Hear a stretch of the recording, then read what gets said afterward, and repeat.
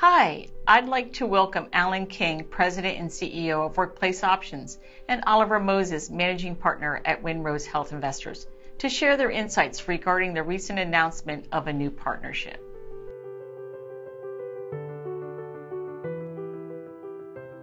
This is really an opportunity for us as an organization to grow even more and to the next level. And the partnership with WindRose is really about finding both resources and people and greater financial resources to be able to take WPO to the next level. And that's how we really view it from a WindRose perspective.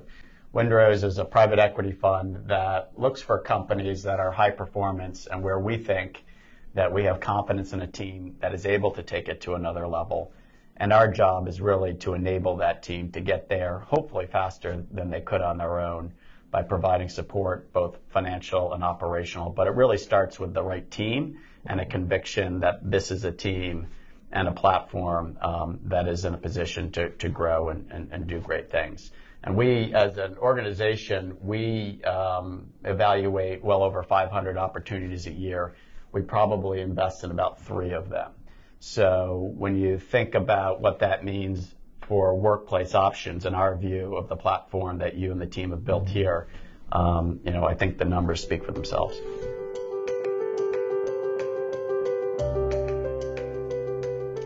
The short answer is no, not to the operations of the company, not to the personnel of the company, not to the culture of the company. And this was something that was really important for us when we chose a partner.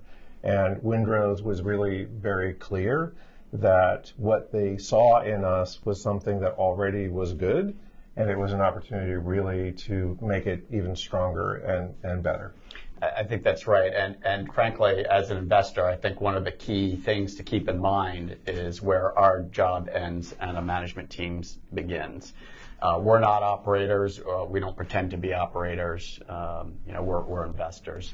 And so, again, I think the key is about finding strong operators and good management teams and companies with the right people in place and enabling them. And that's a different role than being on the front lines of operating a business, which we are not equipped to do. But we think we have a very good track record of enabling and providing the support that has helped companies accelerate their growth.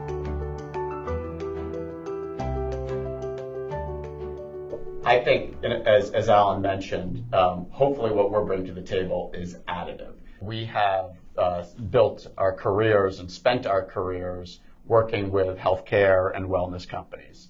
And so what is some of the most gratifying part of our job is coming in, supporting a company, remembering the bedrock of what we're starting with is the organization as it stands today and the strategy is that it's working. What we can bring to the table is hopefully additive to that and allows them to explore new opportunities or to strengthen what's already working. And when you think of those careers that we've spent in this space, that has resulted in a lot of access points in the end markets and a lot of relationships that we hope to bring to the table and surround the company with additional resources so that we're, again, starting with a strategy that is working, but hopefully bringing some new access points, opportunities, and insights that become kind of a sandbox for collaboration and allows the company to spread its wings in some new and interesting ways.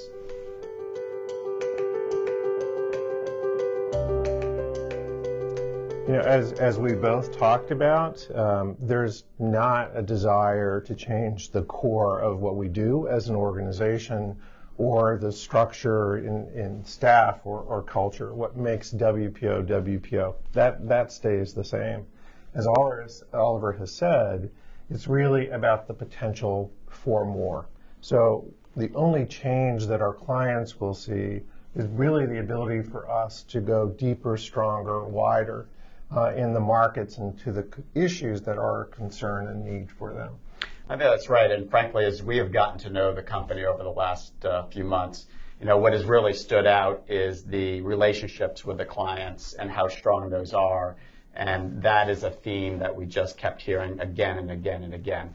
So I think certainly, priority one is don't mess with what's working, and it's clearly working, and it's frankly it's really what is the base of what attracted us to this platform. But of course, there are opportunities to do things better and with greater resources, and that can be excitement.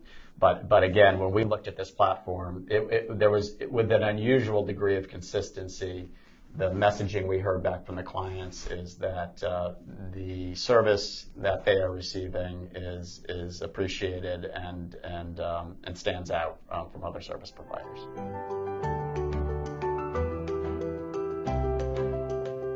Well, again, I think as Oliver mentioned before, WindRose brings some incredible resources to us in terms of expertise, market access, and obviously financial support that can help us be able to not just develop a strategy, but deliver on that strategy. We want to be able to be the provider of choice, not just simply in the services that we're offering now, but in the entire employee well-being space. And that's evolving, and being able to keep up with that evolution is a key aspect of our strategy. And I think that's right when you talk about evolution, because when we looked at this space, and we've been spending time looking at this space in terms of employee well-being now for a number of years, what attracted us to the space beyond just the platform is that we think it is evolving, and that it is moving up the value chain in the eyes of employers. And when we look at the dynamics, even recently, whether it's having dealt with the COVID situation and what that could mean for social isolation and the like, and frankly, questions around workforce participation. We believe that that has only really enhanced the story of the importance of the product that Workplace Options brings to its end markets. And so, I think that there's an exciting opportunity to build on the base that is here and evolve with the market, and frankly lead the market in new solutions that are only going to become more the focus of employer groups.